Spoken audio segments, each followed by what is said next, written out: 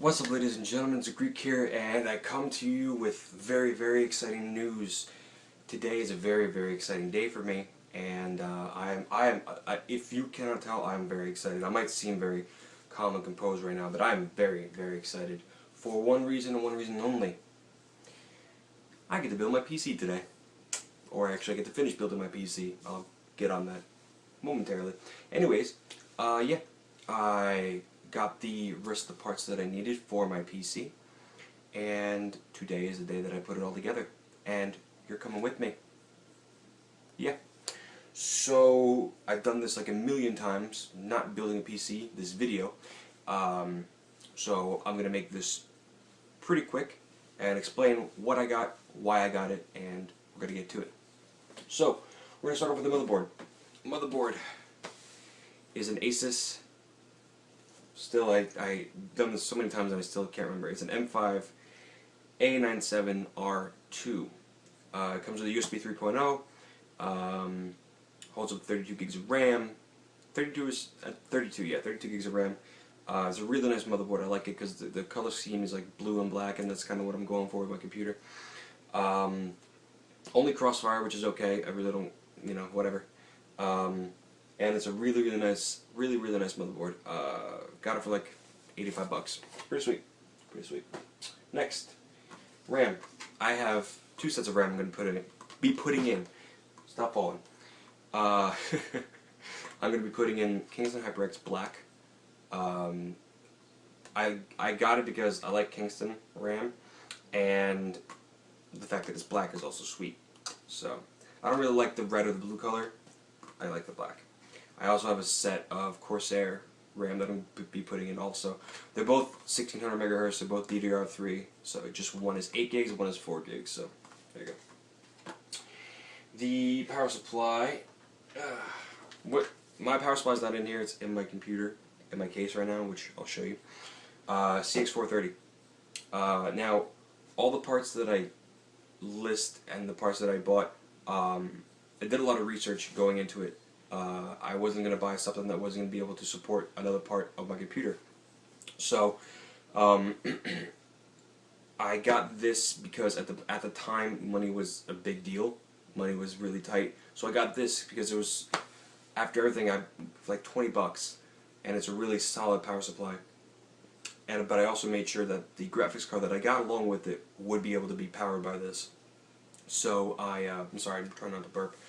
So I did a lot of research on my stuff, on my parts and everything like that, and made sure that this would be enough. And it is. So, because that's going to be a common thing, like, oh, I don't know if you're going to be able to run it, blah, blah, blah, blah. Anyways, now we get to the good stuff. Processor. I got an AMD FX 6300. I went with the 6300 because I was originally going to go with a 965 Black Edition, and that is a really good processor. It's a really, really good processor. But I heard so many good things about this processor, I had to. It was a little more money, but I think in the long run it's going to be better. And I like Piledriver better than Bulldozer, just because the architecture is just a lot better. And 3.5 right out of the box, and with the turbo it's 4.1, and you can overclock it, I think, to 4.5 easy. So, really excited about this. To cool that, I have a Hybrid 212 Plus. It's not in here, it's in my other computer, like I said. Really good cooler, really, really good. It does just enough of what I needed to do. I bought a 4-pack of Cooler Master 120mm fans, and I put one on the back of this. There wasn't really much difference, and I ended up taking it off because there's really no added benefit, because right behind it is an exhaust fan. So, and we get to the best part of it, the MSI 7850. It's the overclock edition, so I can do anything I want to it. And it's got a single 6-pin connector, so the 430 will power it just fine. Oh yeah, I keep forgetting this. And another reason why I went with the FX 6300 is because the wattage usage. it only takes up 95 watts of power. And if you overclock it, it'll be like 125, 135 at the most. Nothing more than 135. And that was a big thing that I wanted. I wanted something that was low power, and this is also very low in power. It's very power efficient, so that's another reason why I went with this. I'll be able to play basically anything at high or ultra settings with this card, and that'll be awesome. What else? I think that is it. I have a fucking million hard drives in my computer right now. Oh, my case. I'm going to show you my case real quick. It's a Corsair 200R, and there's not any light in my room. I'm sorry about that. The light in this room sucks. But it's a Corsair 200R. I like it because it has the dual slots on top for the 120 or 140mm fans.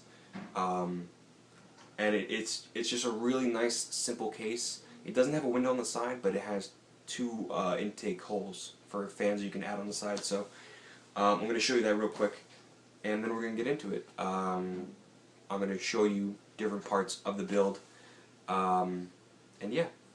Right now I'm recording this on my iPhone because my other camera died, so fuck you, other camera. And yeah, I'm going to show you my case real quick, and then we're going to get into it. Take you off of your ghetto ass mounting mechanism. If you only saw, but anyways, I'm not going to show you. This is my case. Like I said, it has slots up top for 120, two 120s or two 140s, and it's really, really nice. USB 3.0 on the front, audio headphone jack, a reset, power, and a hard drive LED. And the people downstairs are being assholes. And like I said, you can't really see it that well, actually. Here. My messy desk, don't mind that. I'll show you a flashlight, there you go. It's got two holes on the side with rubber grommets, which are really awesome. They cut down on the noise a lot, for two more 120mm fans. It has grates on the side. This is the most ghetto fucking thing you've ever seen in your entire life. And it comes with a 120 fan right there and a 120 fan back there. What I'm going to do is take the 120 fan back there and put it down the front over here, so that way I can get some air pushing through the hard drives. Sorry. Some air pushing through the hard drives to cool it, and then I'm going to put one of my Cooler Master fans back there as an exhaust. And then probably another 120 and another 120. So it's going to be pretty cool. Pretty cool. So, other than that, I think that's all the important things. And I'm going to bring you step by step, my stuff right there. I'm going to bring you step by step with the build and all that stuff. And yeah, by the time this is over, I will have a brand new PC. So, let's get to it. Alright guys, so for the rest of this video, I'm just going to be putting some voiceover, whatever you're going to be seeing, because when I recorded this on my phone, I couldn't really talk because everyone in the other room was being really loud. So what you're looking at right now is my old setup with the old motherboard. The heatsink is the way it is now. I'll explain a little more later in my new case, because the old case was just terrible. And from that we're going to transfer over to the motherboard again. Picture of the inside of the case. Now you see all the hard drives there. I have 3 hard drives now because the old one I couldn't use, and you're looking at the other set of RAM that I have, and I will be taking it out now in this shot. Yeah. So this was a micro ATX board, which was pretty good. It has integrated graphics card on it in there. And it's a decent board for what I needed at the time. And this is the new motherboard. Now, from this being shot to now, me recording this on Saturday, a couple things have happened. The original layout is different, considering the fact that I had to RMA the motherboard. There wasn't anything wrong with the motherboard, it just needed to be reflashed. It had to have had a new BIOS installed onto it because it was not compatible with the processor that I got. So I called up Asus and they took care of it. And I love the color of this motherboard, blue and the black, and I'm going with a kind of like blue and black theme right here, and just showing you the DIMM slots and all the SATA cables, the USB, the front USB right there.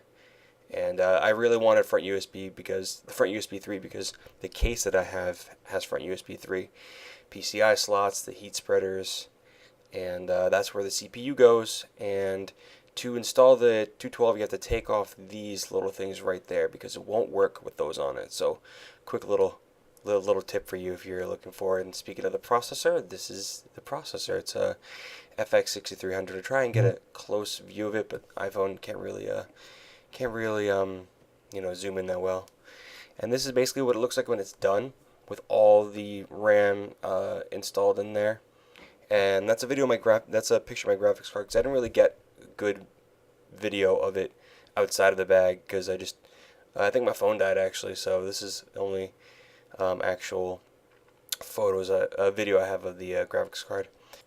And yeah, so what you're going to see now are going to be pictures, some close-ups of the processor, the motherboard and RAM, and the final setup of the computer.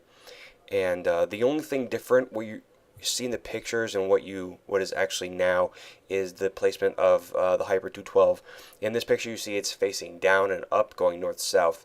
What I really have it now is I have it facing left to right, east-west, because I was getting a really loud, annoying rattle from the fan. You can see the cable management and everything like that. I think I did a pretty good job for my very first build. And if you look closely, you can see the two fans up top, right above, like right there. They're two 120mm fans, and they help cool the computer down a lot. So, anyways, guys, I hope you enjoyed. I had a good time. I'm so glad I finally got to do this. Leave me some feedback if you liked the video, and let me know, how you liked it and if you guys are planning on doing a build anytime soon. So if you guys enjoyed, leave me a like, leave me a comment, and I will see you guys later. Bye.